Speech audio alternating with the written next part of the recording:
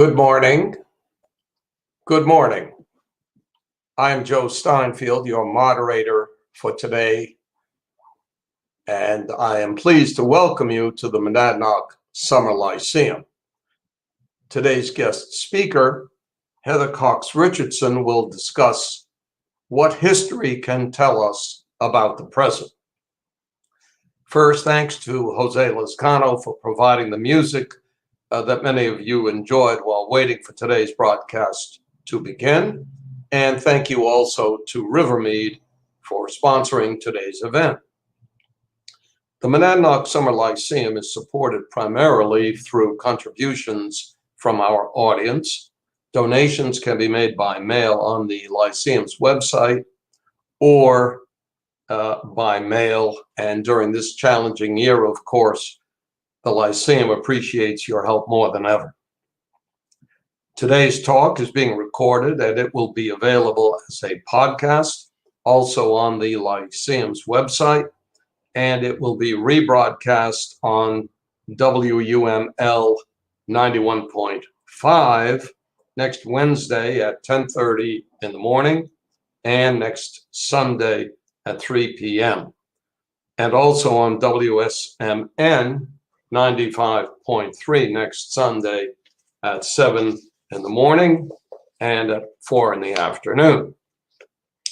After her presentation today, Ms. Richardson will be happy to answer your questions, which you can submit by using the live comments section on Facebook or on YouTube, or if you prefer, you can email them.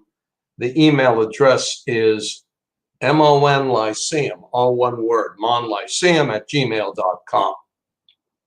After the program, your feedback will be most welcome, along with any suggestions for future speakers. Our speaker today was born and grew up in Maine. She attended Phillips Exeter and graduated from Harvard not once but twice, once with a BA and once with a PhD. She is currently a professor of history at Boston College, and she is a prolific author. Her latest book is called How the South Won the Civil War: Oligarchy, Democracy, and the Continuing Fight for the Soul of America. It's fitting that she should be speaking to us just days after the 4th of July, since all of her writings deal one way or another with our nation's continuing struggle with the founders' vision that all men are created equal. Her book, How the South Won the Civil War, isn't just about the war between the states. It is also about the thread between the Confederacy and the westward movement. And she explains in the book the linkage that created, as she puts it, a world defined by hierarchies in which equality depended on racial inequality. Professor Richardson's early morning newsletter, Letters from an American, which many of us look forward to every morning, blends three important ingredients: knowledge, perspective, and realism. Last week, Forbes magazine released its first ever 50 over 50, a list of women who are having a lasting impact on the world. She is on that list. She's become, in the words of the New York Times, a breakout star in the crowded world of online newsletters, and she has a very large following on Facebook and on Twitter. And on those rare occasions when either correcting papers or too little sleep keeps her from writing her column, she sends us beautiful photographs taken by her friend, Buddy Poland. It's my great pleasure to introduce Heather Cox Richardson. Thank you, Joe, and it's very much a pleasure to be here. I have to start by saying that I was actually in New Hampshire 40 years ago on this date, and I know that because today is my brother and sister-in-law's 40th wedding anniversary, and we were intending to be celebrating it after I did this live in New Hampshire, and of course the pandemic put paid to that. But I'd like to wish them a happy anniversary. And I think probably after 40 years, they're probably getting pretty serious about each other. In any case, the title here for for this talk was supposed to be what the past can tell us about the present. And of course, there's any number of ways one could go with that invitation. And in fact, I did do an entire write an entire lecture along those lines, sort of comparing the pre-Civil War years to the present and telling cool stories. And then I woke up this morning and I thought, you know, that's pretty obvious in a lot of ways. And there's something that is much more current right now that is not really getting the attention that I think it should. And that is voting rights. And now before you say, oh, I don't think it's, of course it's getting the attention it should, let me tell you where I'm going with this. I'd like to talk about why voting rights are important to democracy, not simply to the Democrats in this moment or to America in general, what they really mean for self-representation. So let's start with why I think that this is an important idea to experiment with today. And that is, of course, because since the 2020 election, 43 states have introduced new legislation to suppress the vote, essentially. And between January 1st and May 14th of 2021, at least 14 states have in fact gone ahead and enacted 22 new laws that restrict access to the vote. At the same time, there are more laws in, as I say, in 43 states that are at least being discussed in 43 states that are going to curtail the vote, in addition to those ones that have already passed. And at the same time, what's going on in the states, and is maybe not getting the attention that it should, is that there have been really quite extraordinary levels of violence and violent threats against election officials, to the point that an interview, a series of interviews done by the Brennan Center, which is really kind of our gold standard for studying voting laws, and the Benenson Strategy Group in the spring, found that 1 out of every 3 election officials in this country feels unsafe because of what they do for a living. And nearly 1 in 5 of them said that they had had threats to their lives since the November 2020 election. And it's worth remembering, of course, that these are our neighbors. The people who manage our elections are our friends and they are our neighbors. And they are doing, it's not an easy job. The other studies suggest that the work that is on election officials is really higher than it is on people similarly situated in the economy. They've got a lot of work on their plates. And now, for simply doing their jobs, they're getting death threats.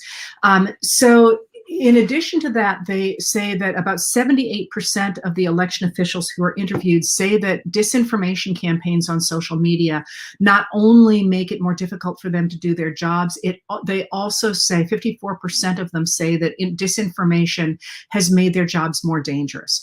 So with that backdrop, last week, as you probably know, the Supreme Court handed down a decision in Brnovich versus the DNC.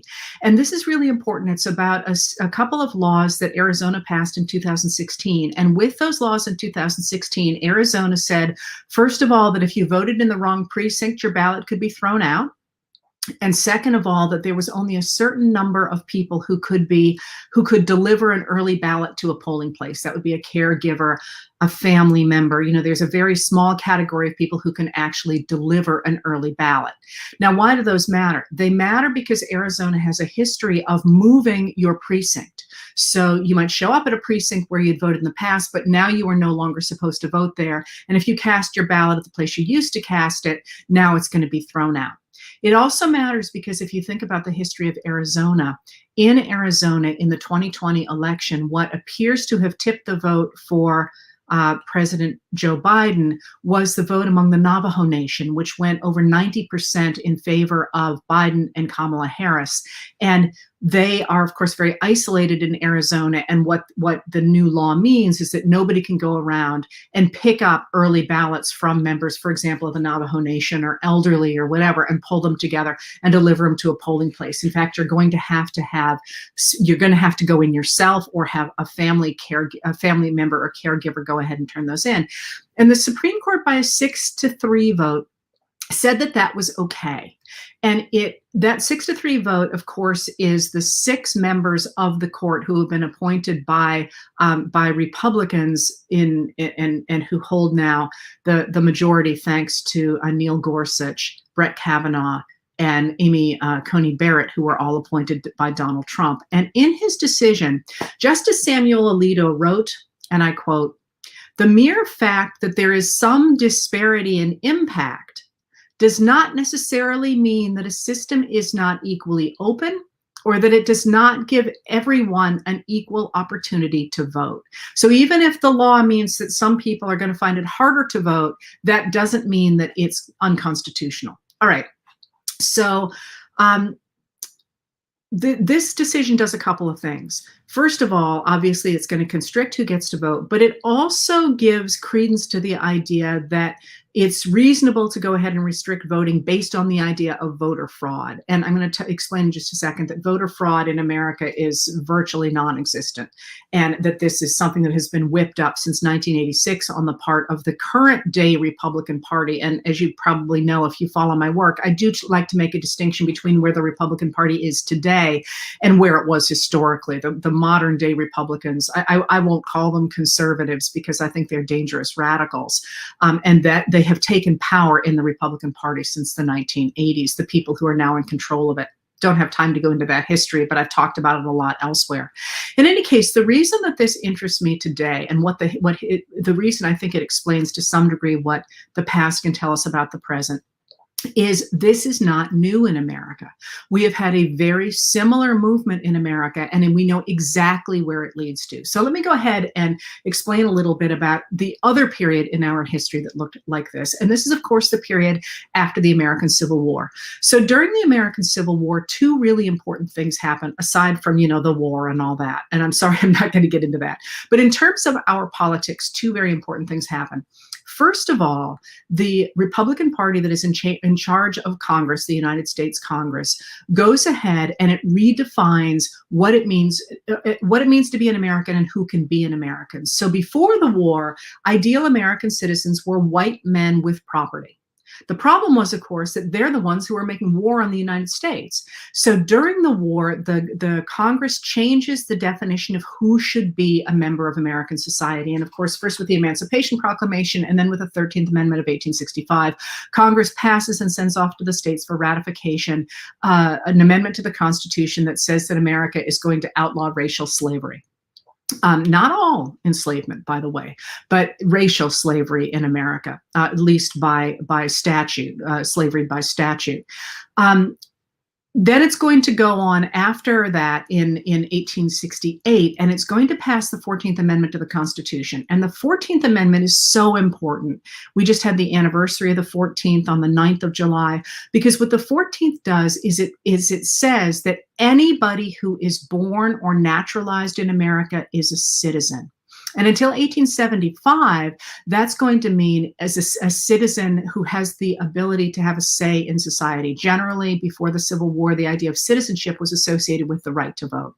So the Republicans dramatically expand the definition of who can be a member of American society, and therefore who has a say in American society. And they expand it in 1868, and then actually in 67 with the Military Reconstruction Act, and then in 1868 with the 14th, and then finally in 1870 with the 15th Amendment to the Constitution, to say that Black men have a right to be citizens and they have a right to have a say in America, and the federal government is going to enforce that. That's one of the other things that's really stunning about the 13th, 14th, and 15th Amendments is for the first time in our history, they expand the power of the federal government rather than contracting the power of the federal government. If you think about the first 10 amendments to the Constitution, for example, they curtail the rights of the government or the abilities of the government. Those three expand what the federal government can do.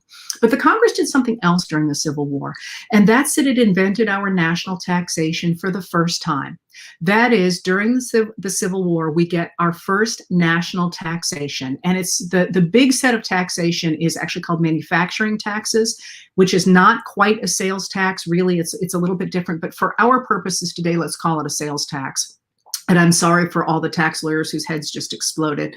It's not a sales tax, but the point is that basically everybody is going to be paying some part of the manufacturing tax. But they also invented our income tax. In 1861, when they were trying to raise money for the war, the Republicans during the Civil War invent the American income tax, and then in 1862 they give us the precursor to the IRS, the Internal Revenue Service. So they've set up this system where the people who get to have a say in society are a lot of new people who hadn't in the past. And for the first time in American history, their ability to have a say what the government is going to do is going to have a direct relationship to other people's pocketbooks. All right, so what happens then is that, of course, as you know, after the Civil War, white Southern Democrats don't want to expand rights for African Americans at all. And so they beginning in 1868 or so, to try and stop this expansion of who gets to have a say in society. And they start to try to terrorize their Black neighbors into preventing them from going and voting for the new Southern state constitutions on the ballot in 1868. So they begin to terrorize African Americans in 1867 after the passage of the Military Reconstruction Act in March of that year. And then in 68, they continue to do so with the idea of making sure that the new Southern state constitutions that institutionalize the idea of Black voting aren't going to be accepted. And that's where we get the rise of the KKK as a terrorist organization involved in politics. But in response to that, the Republicans in Congress go ahead and they do two things. First of all, they set up our Department of Justice. The Department of Justice is signed into law by Grant in 1870 with the idea that it is going to enforce, the federal government is going to enforce the laws on the books that the Southern states are refusing to recognize, and they're going to put down the KKK. So suddenly what has been a terrorist organization is on the losing end of federal power, and it goes underground. You're going to see the KKK is going to start to break apart in 1870, 1871 with a large number of arrests in the South and prosecutions in the South. And so what happens is that, recognizing now that attacking their Black neighbors by virtue of on the issue of race is going to land them in prison, Southerners who want to stop the expansion of Black rights begin in 1871 to use an entirely new argument. And what they start to do in 1871 is that they say, listen, we don't have any problem at all with African Americans, that's not the word they use, being equal. That's fine with us. We never had any problem with that. Our problem is that these African Americans who are voting and who in South Carolina are a majority of the legislature are poor. You know, they don't have anything. They used to work in the fields or in the kitchens, and they're poor, and they're voting for leaders who are promising them stuff, who are promising them roads and hospitals and schools. And how are you going to pay for those things? The only way you're going to pay for all these goodies, if you will, is by taxation, is through taxation. And by definition, because African Americans don't have anything, taxes are going to come out of the pockets of white people. So essentially, permitting Black men to vote in 1871 is, in their argument, a way to redistribute wealth from white people to Black people. That is, it is socialism. And they pick up that word socialism from the socialist movements of the 1840s and the 1850s, which have nothing at all to do with international socialism and international communism, which is going to rise about 30 years later. So Americans start to look at this argument, the idea that Black people voting is a form of socialism or communism, and they take the word communism from the March through May 1871 Paris Commune, where workers in Paris, according to Americans, take over the city of Paris after the Franco-Prussian War and begin to run it in such a way that they confiscate wealth, and all society, according to Americans, just disintegrates, if you will. You know, women fill bottles with petroleum and stick rags in them and light them on fire and throw them into buildings. Well, if women are willing to do that, clearly society has gone to hell in a handbasket. So they begin to argue that permitting people of color to vote is a form of socialism or communism. And it is destroying American hard work, the values of hard work, of traditional working your way up. It's destroying the idea of doing things on your own, and instead it is asking the government to step in for you and to give you handouts, essentially. Now, I want to really emphasize that that is an ideological argument. It does not reflect reality, but it's an argument that hits the newspapers, not least in the South, because the people who are responsible for journalism after the Civil War overwhelmingly are former Confederates. So they keep telling these stories of African Americans who don't want to work, Black men who don't want to work, something that goes into our mythology in America from that period on, and that they are simply trying to have a handout. And literally, there are stories in big newspapers entitled things like Socialism in South Carolina. Well, if that's the case, if in fact that Black voters are putting in office leaders who want to go ahead and give them stuff, get elected by promising a new road, or by promising a new courthouse, or by promising orphanages. Orphanages are a big deal after the Civil War. Or here's another one that most people don't think about, and I know this is a rabbit hole, but I've always thought this was interesting, and I wish I had time to tell you the really interesting story about it. America, after the Civil War, becomes the world leader in prosthetics, because so many people have lost arms and legs, and eyes is another big one. So, the state governments are starting to offer to pay for people's, prosthetics for their missing arms and legs. So if you're going to elect somebody who promises those things, that it's going to require a redistribution of wealth from taxpayers to the beneficiaries of this. So what happens quickly after you've made that argument is the argument among white Southerners that African Americans who elect these people, and it's not just Black officials they're talking about, but officials elected by Black votes, they are corrupting the body politic. They are corrupting the government in the sense of corruption like a disease. So if you have a disease in the 19th century, your body is polluted, it is corrupted. And this is a corruption of the government, because what the government is supposed to do, according to this ideology, is basically just sort of clear the way for individuals to be able to work their way up. So the idea of the government actually doing things like building roads, all these things that the South desperately needs because it has not been investing, even at the state level, in these things before the Civil War the same way the North has, that is itself anti-American. Well, if that's the case, in 1876, of course, the Democrats in the South argue that they are going to reclaim the South from this corruption, and they are going to redeem it. That is, they are going to return government to the way it ought to be by getting rid of the Republicans who are still in office in the South. And they do so by, for example, holding rifle rallies on the outskirts of a Republican voting rally. They do so, of course, by terrorizing their neighbors and telling them not to show up. They do so by not letting them vote. They do so by making sure that way more Democrats vote than Republicans. And what happens is, in the election of 1876, as you know, the Democrats retake the final 3 Southern states that they had not taken before.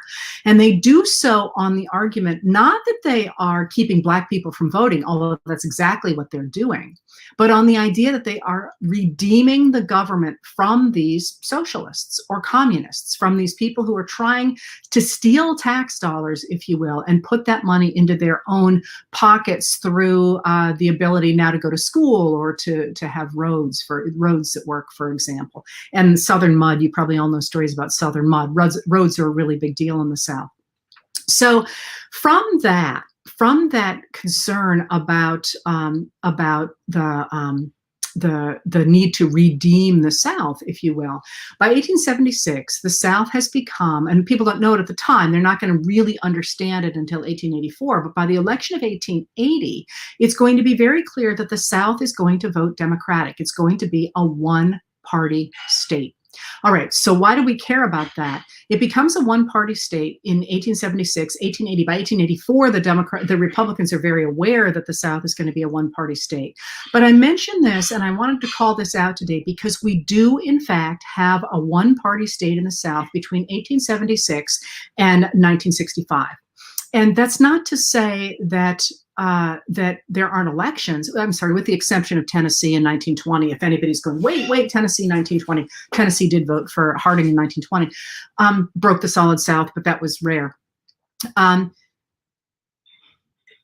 sorry, 64 really. that the Solid South gets broken, but obviously it's broken by Goldwater. Anyway, the 1960s. Why does that matter? That matters because during those years, during those 2 generations of time in the South, there were elections in the South. People voted. But by keeping Black people and poor white people from being able to vote, the Southerners went ahead and were able to make sure, Southern Democrats were able to make sure that they retained control over the South. That even though they held elections, the reality was the Democrats were going to win the elections. Now, why do we care about that? We care about that, and what was the effect of that? The effect of that was that the South becomes, first of all, by far the poorest area of the country, by far. And the reason for that is that capital shuns a place that does not have political competition. And it does so for a very simple reason. And it's a reason that was very clear in the one-party South. The reason was that if there's only one party in charge of the government, first of all, there's no oversight, because there's nobody who's going to call out their brother-in-law or their friend. There's nobody who's going to say, wait a minute, you guys are really corrupt.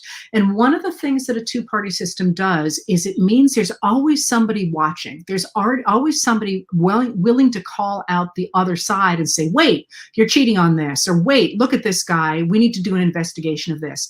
I know it seems annoying when that happens, but that's one of the functions of a 2-party government, is having somebody say, we're watching every minute, so keep your hands clean.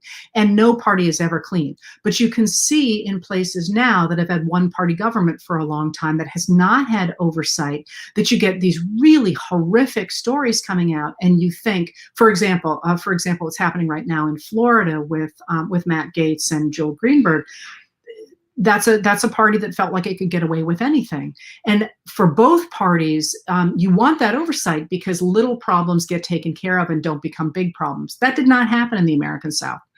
So capital doesn't want to go in because, first of all, there's not going to be a guarantee of a level playing field. It's a question of who you know, not a question of the law.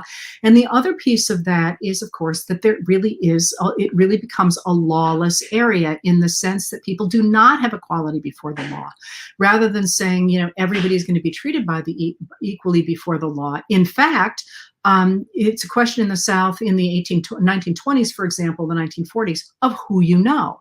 And one of the things that a lot of people don't realize is the civil rights movement that comes up in the middle of the 20th century was obviously about equal rights, for example, to the buses. But one of the reasons that Rosa Parks became an early spokesperson is because there was a large number of African Americans in the southern cities, led often by women, trying to push back on the extraordinary number of sexual assaults that were taking place in public areas by white public figures, bus drivers, for example, that you simply couldn't get any kind of justice for, because African Americans had no rights before the law. And of course, you see this immortalized in places like To Kill a Mockingbird. But so you have a one-party state is not solely about it's not solely about politics. It is intimately connected to the nature of that society, to the level of violence in that society, and to the movement of capital into it.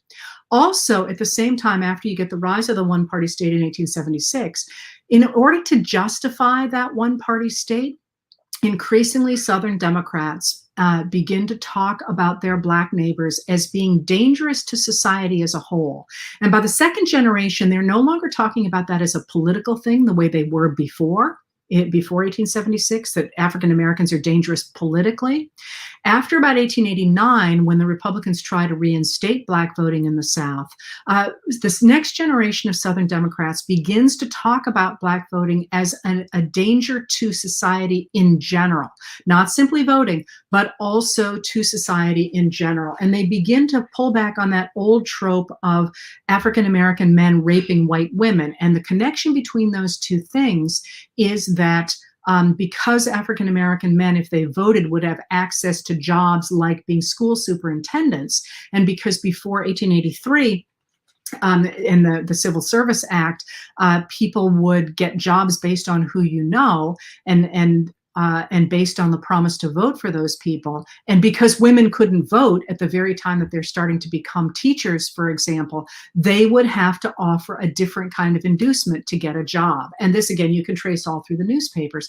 So by the end of the century, by the 1890s, as you're seeing increasingly this pulling back on Black voting, really notably in the 1890 Mississippi Constitution, which gives us grandfather clauses and gives us literacy clauses, you also see the rise in lynching. But there's a really different tone in the lynching in the late 19th and early 20th century compared to the KKK, because the KKK covered their faces, they operated at night. By the 1890s and the 1900s and the 1920s, lynchings are taking place in public, in daylight, and the people committing the lynchings are not covering their faces. More than that, they're taking pictures of themselves and sending postcards to their friends going, hey, look what I did today. Because purging the country of votes that are considered undesirable has become a civic duty. All right, so one of the points here that I'm trying to make is that we have in fact been in such a place where we've had a one-party state, and it's not simply history. It's a question of democracy and the need for a competitive system that has at least two active parties. All right, so you know where I'm going with this, right? How did we get to where we are today, where in fact almost a majority of today's Republican Party believes that states should be able to override the results of a popular vote of their citizens. So according to a study that was just published in The Economist a couple of days ago. And a supermajority of them have rejected the 2020 election and believe that the former president, Donald Trump, is still president. That's wrong, by the way. That's simply a lie. So how did we get here? We got here because I think we are replaying a pattern that looks very much like what happened in America after the Civil War. That is, after World War II, there is a move among Americans in general, Republicans and Democrats both, to go ahead after World War II and the extraordinary participation of so many different races, ethnicities, and genders to participate in World War II, and with the pressure of communist governments saying, hey, wait a minute, you keep talking about how great democracy is, look at how you're treating your people of color. There's a move in America to go ahead and expand the definition of who can be an American, and of course, to expand voting. In addition to that, we get the replay of the importance of the 14th Amendment, and that happens with the Republican Supreme Court Chief Justice Earl Warren at first, who's appointed by Eisenhower and takes office in January of 1954. And one of the things that Eisenhower does, it's not his, I'm sorry, that Warren does, it's not his idea, but he certainly is one of the people to put it in part in the primary law of the land, is he uses the 14th Amendment in a new way. And what he does, and what the Warren Court does, is it reaches through the 14th Amendment, through the Due Process Clause and through the Equal Protection of the Laws Clause in the 14th Amendment, back to the original Bill of Rights, those first 10 amendments to the Constitution that give individuals rights in America and that hem in what the country can do, what the government can do.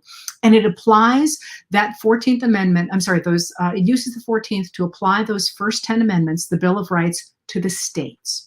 And that's why we get the Brown versus Board of Education decision of 1954 that says that states cannot, that it's unconstitutional to segregate public schools. This is how we get the outlawing of housing covenants. This is that exclude minorities. This is how we get the overturning of intermarriage laws that say it's not legal for a white person to marry a black person. All of this is because of the use of the 14th Amendment to the Constitution, which says that the states also have to abide by the rules that were imposed on the federal government. Immediately after that, of course, there's a massive pushback against the the Warren Court and what opponents of it called legislating from the bench. And what they're arguing, of course, is that the states should be able to do anything they want. As long as voters in the states say they want segregated schools, that's just fine, because that's what democracy is. You get to vote. Except, of course, there's nothing accompanying that that says that everybody gets to vote. What they do is they simply say only white people can vote. And then they go, although they don't put it that way, it's, grandfather clauses and all that, interpretation clauses, things like that. And then they say, but we voted so that only white people get to have a say, and this is true democracy, and the government should not be able to override that. And the Earl Warren's court, and then the Warren Burger court, Warren Burger being appointed to replace Warren by Richard Nixon, these are both Republican courts, go ahead and they say, no, we're going to use the 14th Amendment to expand who is welcome in American society. What happens, of course, is the pushback on that against people who are opposed to civil rights legislation and the business regulation that is inherent in that same argument, and has also been established in the previous courts under FDR, begin to push back on that and begin to argue that, in fact, anybody who wants to use the federal government in such a way that it protects rights to schools, that it offers opportunity to people from different races or different genders, different abilities, that they are socialists, that they are redistributing wealth from people who have money to people who don't. And that rather than this being an attempt to honor the Declaration of Independence and the idea of equality before the law, in effect, what it does is to put, for example, troops at Little Rock High School in 1957, that costs tax dollars. So it's actually costing white people tax dollars to give black people rights. And therefore, according to places like William F. Buckley Jr.'s National Review, which he begins the year after Brown versus Board of Education, this is a redistribution of wealth. And he is going in that magazine to tell the violated businessman side of the story. But it's also, as he says, but it's also really pushed back against by segregationists and people who don't want to expand the definition of who should be an American. So what happens is, beginning in 1986, when it is clear, of course, Reagan gets elected in 1980 on the promise to get rid of those welfare queens. And in 1986, when it becomes pretty clear that Americans don't really like the Reagan Revolution, Republicans begin to start talking about cutting back on who gets to vote. They start to talk about ballot integrity measures, but privately they write memos that say this should help us get rid of black people voting. That idea really takes off in 1993 after the Democrats push through Congress the Motor Voter Act, which expands voting, and Republicans begin to argue that they are losing elections, not because they're not popular, but rather because the Democrats are cheating. Once again, there's just no evidence of this at all. But in 1994, you get two very dramatic cases in the Senate and in the House where there are investigations all a year of elections that are alleged to be false and when enforced, done by false ballots. And when those committees can't come up with anything, they simply go in front of the TV cameras and say, we know they cheated, but they hid the evidence too well. And the idea that voter fraud is creating communism and socialism in America really begins to take off. And then finally, in the late 1990s in Miami, there is a Miami election in which there's not actually a Democrat running. It's an independent and a Republican, both from the Cuban American community, and it's totally corrupt. Nobody has any doubts about that. And on the heels of that, the Florida legislature goes in and begins to argue for voter integrity and goes ahead and passes a law that results in about 100,000 people being thrown off the voting rolls of Florida before the 2000 election. That, of course, comes down to whether George W. Bush is elected or whether Al Gore Jr., the Democrat, is elected. And it eventually comes down to 537 votes in Florida. And, of course, had those numbers, those people still been able to vote, and most people think that Gore won that election anyway in Florida, that would have turned the trick. After that, you have increasingly seen not only the cutting back of Democratic voters in the country through voter suppression measures, which, as I say, are really going off the charts now since the 2020 election, but increasingly the argument that Democratic victories are illegitimate. And that argument that Democratic victories are illegitimate and therefore Democratic voters are illegitimate is one that I think is really on steroids right now with the increasing attempt in so many states to get rid of Democratic voting. Now, the place I wanted to leave this was twofold. One is that one of the reasons historians like me are pushing back so hard against any voter suppression measures and the attempt in so many of these Republican-dominated states to make their states one-party states is because we know what happened to the South. Without oversight of a viable second party, you're going to lose capital. You're going to end up with law that doesn't work equally for everybody. So nobody's going to want to move there. And you're going to end up becoming a very backward area. Companies aren't going to move in because they know that they're not going to be able to be treated fairly unless they know the judges, unless they know, unless they're connected to the power structure. That in fact, their companies are going to depend, if you will, on a mean tweet.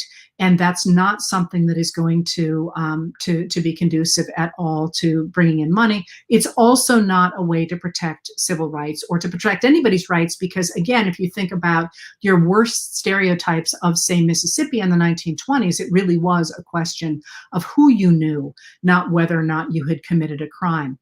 So we tend to look at that and say, this is a huge problem. This is not how democracy should work. We also look at what happened in America after the Mississippi Constitution of 1890 formally cut African Americans out of the vote, and then people had to justify why they had done that. And I don't want to go longer on that, but I really wanted to set up the reason that so many people like me have our hair on fire over the voter suppression measures is not because we are partisan Democrats, but because we have done this before in America. And we know exactly in those days where it went. And we would like very much not to do that again. Thank you. I hope that was useful. I'm going to turn this back over to Joe and answer any questions that you might have. Well, Heather, that was quite a tour de force journey from the middle of the 19th century to today, and you certainly showed the knowledge and the perspective and the realism that I mentioned when I introduced you. Let me begin where you did, and that has to do with the voting rights issues, your reference to voting officials, to the fear that a large number of voting officials have now expressed, and to the attribution by many of them of their difficulties to social media.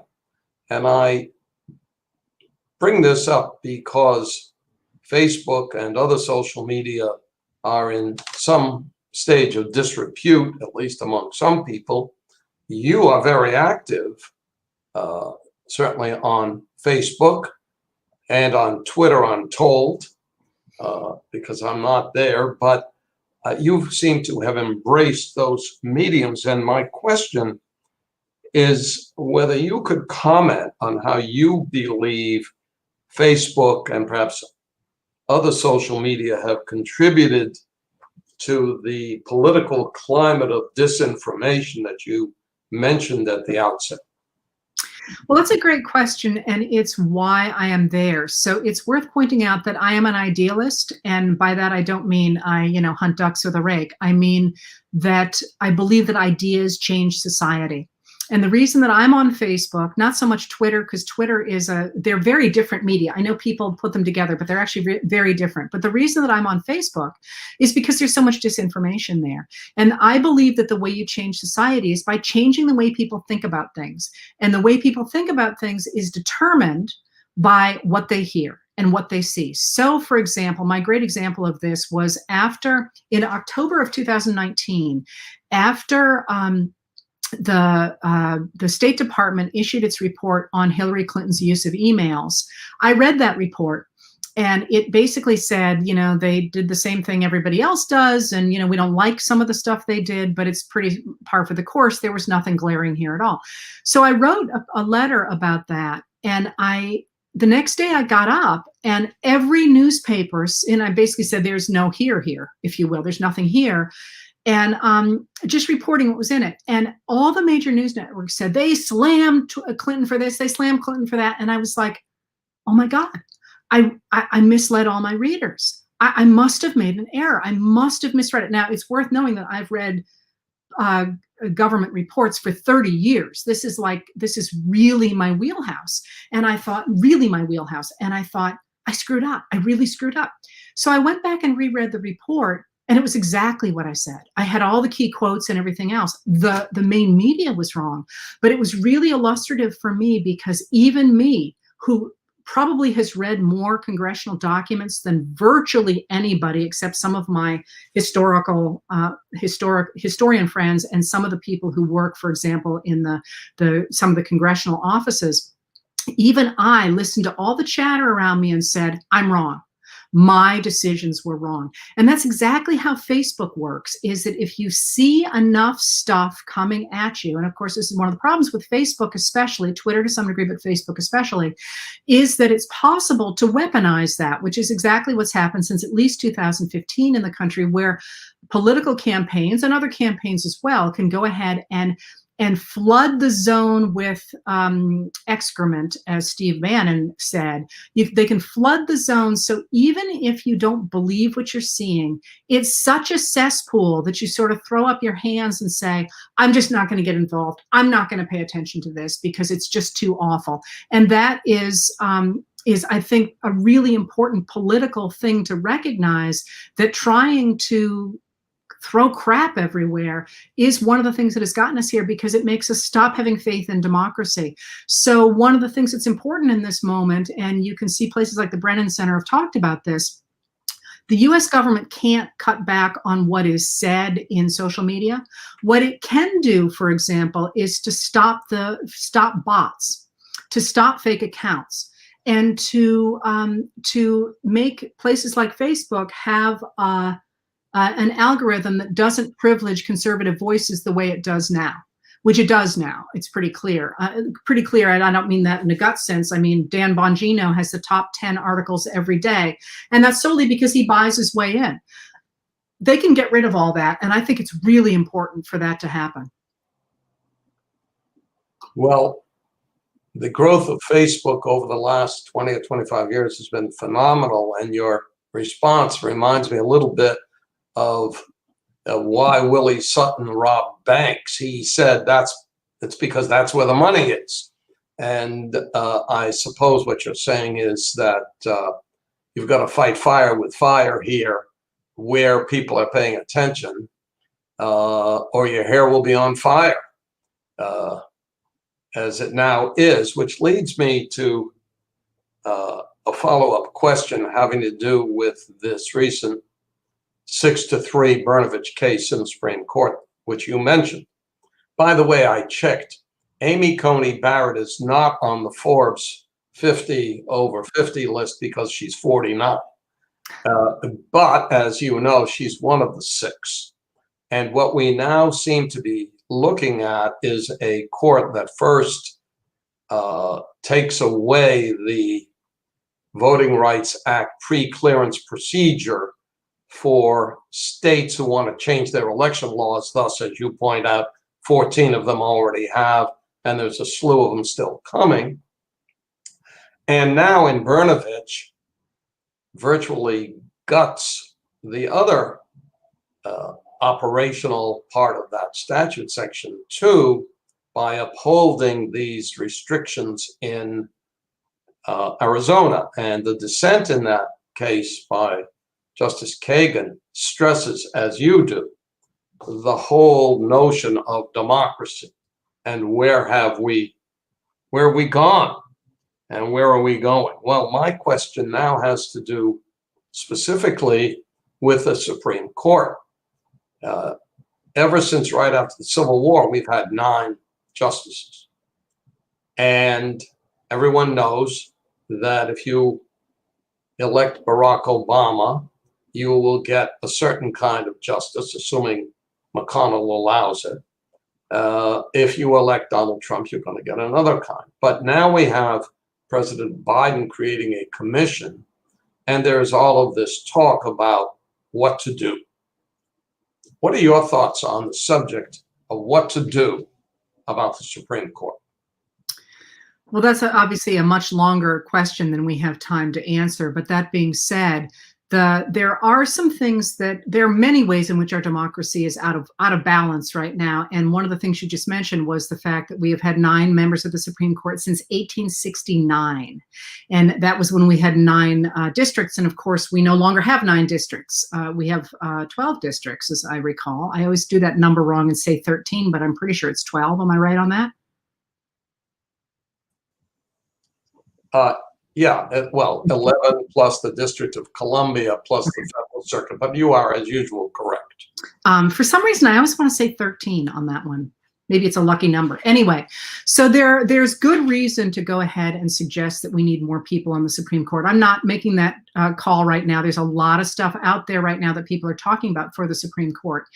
There's also the issue of the fact that Supreme Court justices did not used to hang on until grim death. It used to be a job. And in fact, in the 19th century, actually our first Supreme Court Chief Justice, John Jay, the space for John Marshall opened up. I don't know if you know this, but the space for John Marshall opened up because John Jay, the president tried to reappoint John Jay, and he's like, nah, I'd rather be governor of New York. It's a step up. So that's how we got John Marshall on the court. John Marshall was literally in the same room when he delivers the letter from Jay saying, no, thanks, I don't want this position again. And the president's like, who am I going to appoint? How about you? You look good. And that's how we get John Marshall. But I would say something different. And one of the things, as you know, I do this podcast with Joanne Freeman, Dr. Joanne Freeman from Yale University. And she and I just did the Supreme Court. I think it was last week. I've kind of lost track. Actually, you know what? I'm not sure it's dropped yet. But anyway, one of the points that we make is that the Supreme Court currently is unusual, and it looks unusually like the Supreme Court did in the 1850s, and I would add the Fuller Court in the 1990s through the 1900s. And what makes those courts different than a court, for example, like the John Marshall Court or the Earl Warren Court, is that in the early days when the framers came up with the idea of the Supreme Court, of course, they didn't have the idea of politics at that point. They didn't believe in political parties.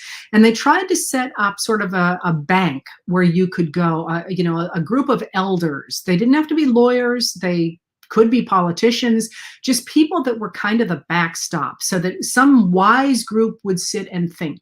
And when the court has been at its best, that's what it's been, a wise group that sits and thinks. So the Warren Court, for example, Earl Warren is on the court because the court is entirely Democratic when he steps in because of all the years of FDR and then Truman. So Eisenhower makes it a real point to put in a Republican, but a consensus builder. So the Brown versus Board of Education decision is actually unanimous. There's an attempt to create that bank, that group of statespeople, if you will, who are trying to do what is best for the country.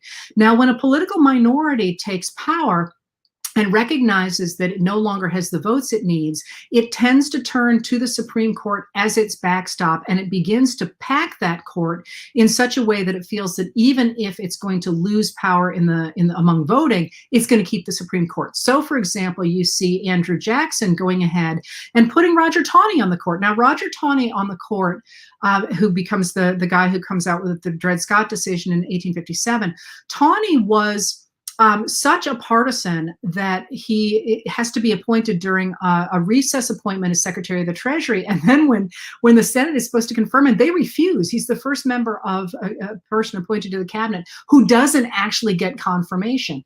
And then he goes on Jackson has to appoint him twice, and he finally sneaks through as the leader, as the Chief Justice of the Supreme Court. And then he goes ahead and hands down the Dred Scott decision in 1857, which is so partisan that the president of the country actually twists in the arms of one of the northern members of the Supreme Court to go ahead and vote for it, even though the guy hates it because he doesn't want it to look partisan. But of course, it is partisan. It's a Democratic decision. And you see the same thing now, I think, where you had Edwin Meese who was Reagan's Attorney General, literally saying he was going to solidify the Reagan Revolution in the Department of Justice, in the court system, so that it was going to stay no matter what the voters did. And he's the one who begins to stop asking sort of what the jurisprudence of the lawyers being appointed is going to be, and instead literally saying, how do you stand on the issue of abortion? And you've seen that now to the point where we had, for example, Mitch McConnell blowing up the filibuster in order to get Neil Gorsuch through in place. Well, first of all, refusing to let Merrick Garland, who was known as being so bipartisan that even Orrin Hatch of Utah, who was a partisan Republican, if ever there was one, saying, yeah, I can live with Merrick Garland. But instead of putting Merrick Garland, who was expected to be even-handed on the court, Mitch McConnell, who was then Senate Majority Leader, said, now we're not even going to give him a hearing. And instead, we're going to get Neil Gorsuch. And when he couldn't get the votes for Neil Gorsuch, he blows up the filibuster, and eventually we end up down the road with Amy Coney Barrett, who didn't get a single Democratic vote. And that's pretty much unprecedented. So in addition to the fact that the Supreme Court and so many of our aspects of our democracy need to be modernized and need to grow up with the country, we also have the problem of the extraordinary polarization right now, especially among Republican senators. And that is something that, of course, ultimately should depend on the voters, which brings us back to the Voting Rights Act and to the minute we're in now. So my focus is less on the Supreme Court than on cleaning up the voting system to go ahead and then clean up the courts and get them back to this. And they were always political, but to the idea they were trying to do what was right for the country rather than keep a certain political party in power. Well, let me just ask you one last question. And I begin by quoting Martin Luther King Jr., who said that the arc of history bends towards justice, often quoted. And you are an historian, and you have today and in your book and in your daily letters continuously given us a historical arc. You go back and then you come forward. But it seems to me, and I'd like you to comment on this, that today we are mired in both racial and economic inequality in this country. And I'm not sure that your comments today about how capitalism shuns places that don't have political competition is likely to be a complete answer or a quick enough answer to some of these problems. Well, which way does the arc of history seem to be bending in your view? We have been in a place similar to where we are at least 3 times in the American past, in the 1850s, in the 1890s, and in the 1920s, all of which are times where the country, the wealthy and powerful took over the country, took over Congress, organized the laws in such a way that the benefits of the economy flowed to them. And when they did so, they created enormous unrest among the vast majority of the people who were not served by the economy or the country the way it was. From those periods of unrest, in those 3 times, we got a dramatic expansion of the rights of the people and of the use of the government to go ahead and regulate business and provide a basic social safety net and promote infrastructure. And that would be the 1860s and 70s, the progressive era, and then the period after World War II. So my whole career has been about saying, here we go again. We know how this comes out. But the reason that I still write and the reason that I stay up at night a lot is because there's something new about where we are now. That is, we can see all the old patterns, and I can do, history doesn't ever repeat itself, but it certainly rhymes. And I can sit here and say, here's how this happened, here's how this happened, here's how this happened in the past. But we're somewhere new. And that is that because of the Trump presidency and because of the period, especially after January 6th or after the election, which Donald Trump lost quite handily, more than 7 million votes, and by 306 to 232 in the Electoral College, the same margin by which he won in 2016. Since then, and his refusal to accept that, we've never had that in America. one party refusing to accept a loss, and now the vast majority of his party believing him when he says he won that election. And what we have now is something that really shocks me, and that is that the Republican Party leadership has jumped from the oligarchy that we saw in the 1850s, the 1890s, and the 1920s into authoritarianism. And they are now happily going ahead and following down this path that says one man should be in charge. And they're cutting back the vote to make sure that happens. And how this particular moment comes out, I really can't give any guidance. We are standing on a knife edge. One side says we're going to repeat our history. The other side says we're in for a really rough ride for a while. Well, my last question is there anything you would like to add? I would like to add that everybody should go outside and enjoy this absolutely stunning day in July and enjoy themselves. Well, that's good advice, Heather, and I want to thank you on behalf of everyone. I don't know the number of people, but I suspect it's a very large number who've been watching today, learning from you. It's wonderful to have you join the Lyceum this year, and we appreciate it very much. Thank you for having me. It's been a real pleasure.